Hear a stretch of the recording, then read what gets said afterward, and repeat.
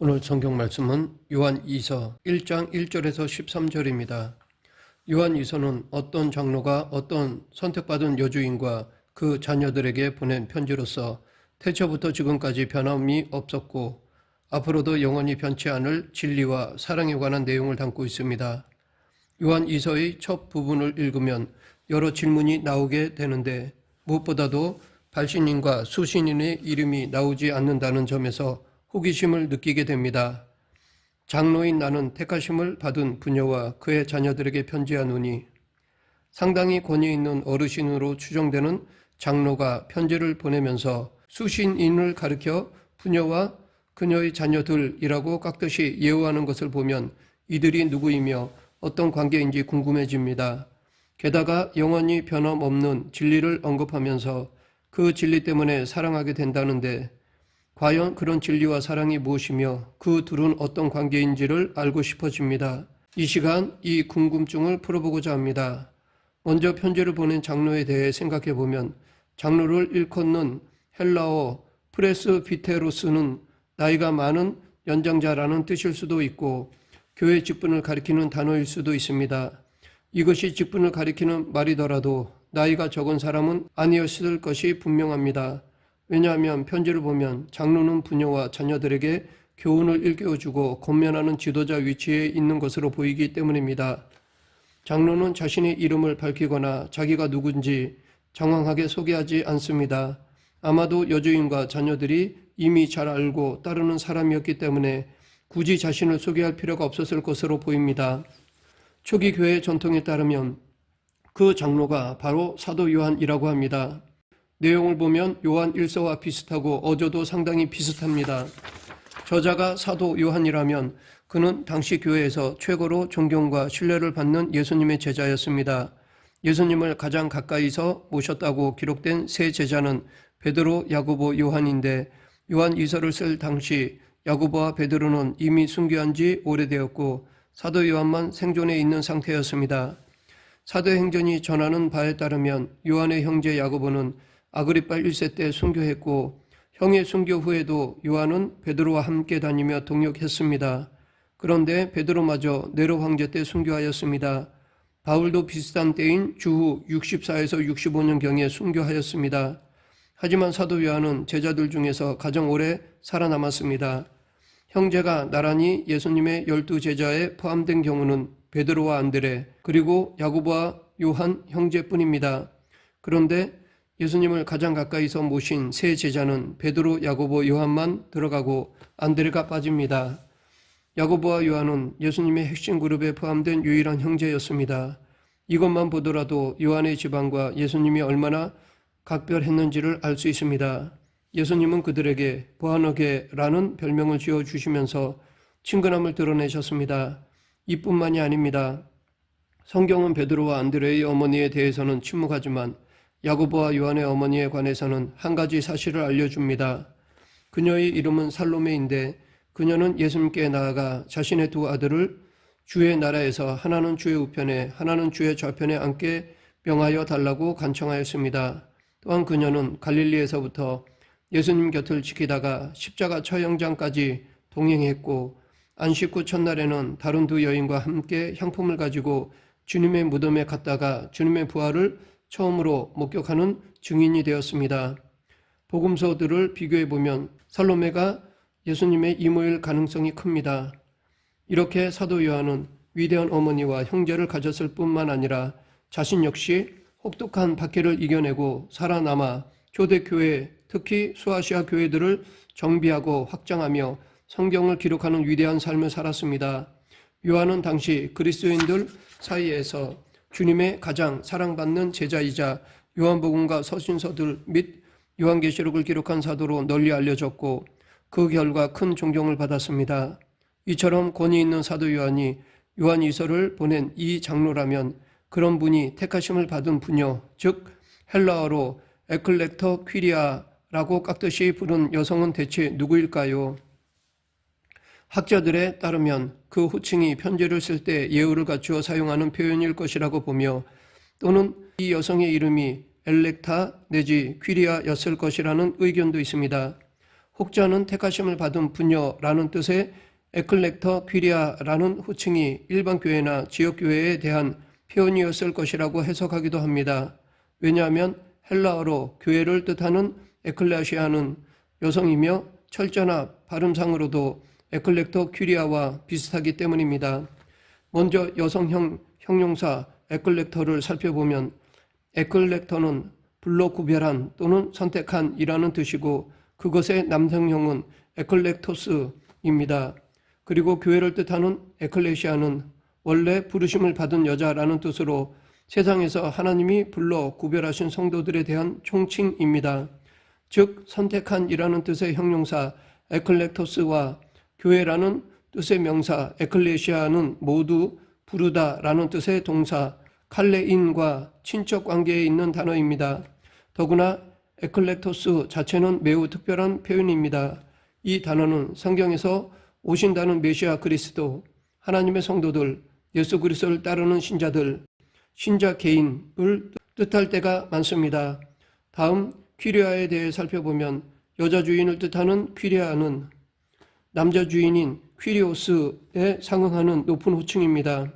이런 특별한 뜻을 가진 단어 퀴리아는 신약 성경에서 딱 2번 나오는데 특이하게도 둘 다 여기 요한 2서에만 나옵니다. 반면 남성형인 퀴리오스는 신약 성경에 자주 나옵니다. 신약 성경에서 퀴리오스는 종종 예수 그리스도를 뜻합니다. 그리스도인들은 예수님을 따르는 종이며 예수님은 우리의 주인이시기 때문입니다.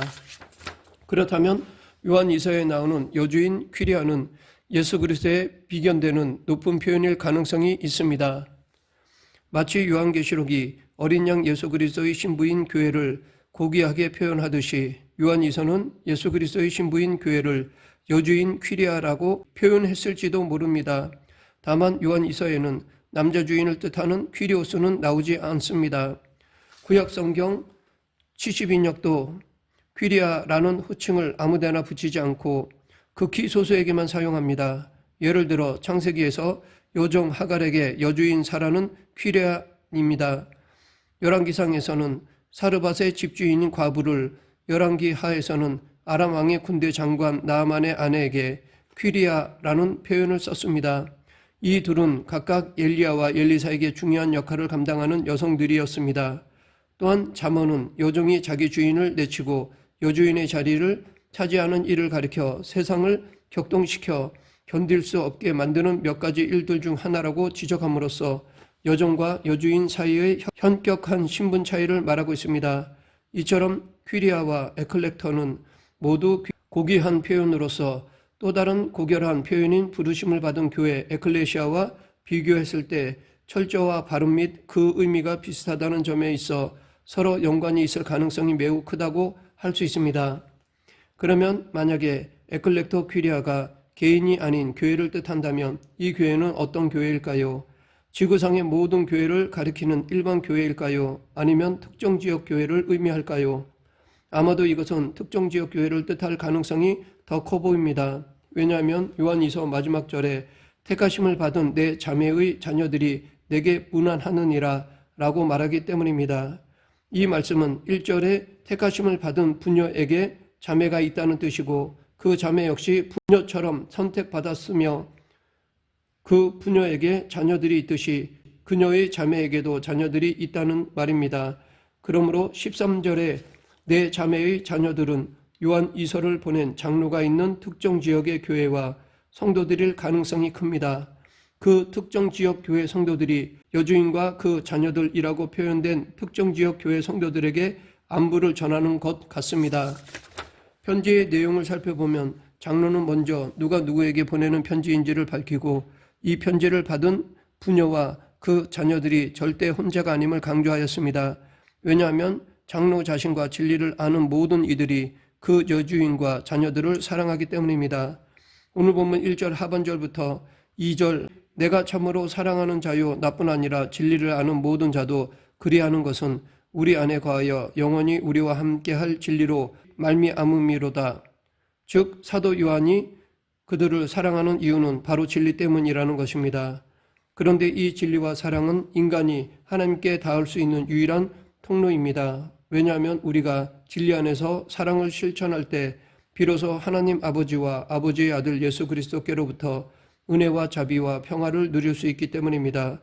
3절 은혜와 긍휼과 평강이 하나님 아버지와 아버지의 아들 예수 그리스도로부터 진리와 사랑 가운데서 우리와 함께 있으리라.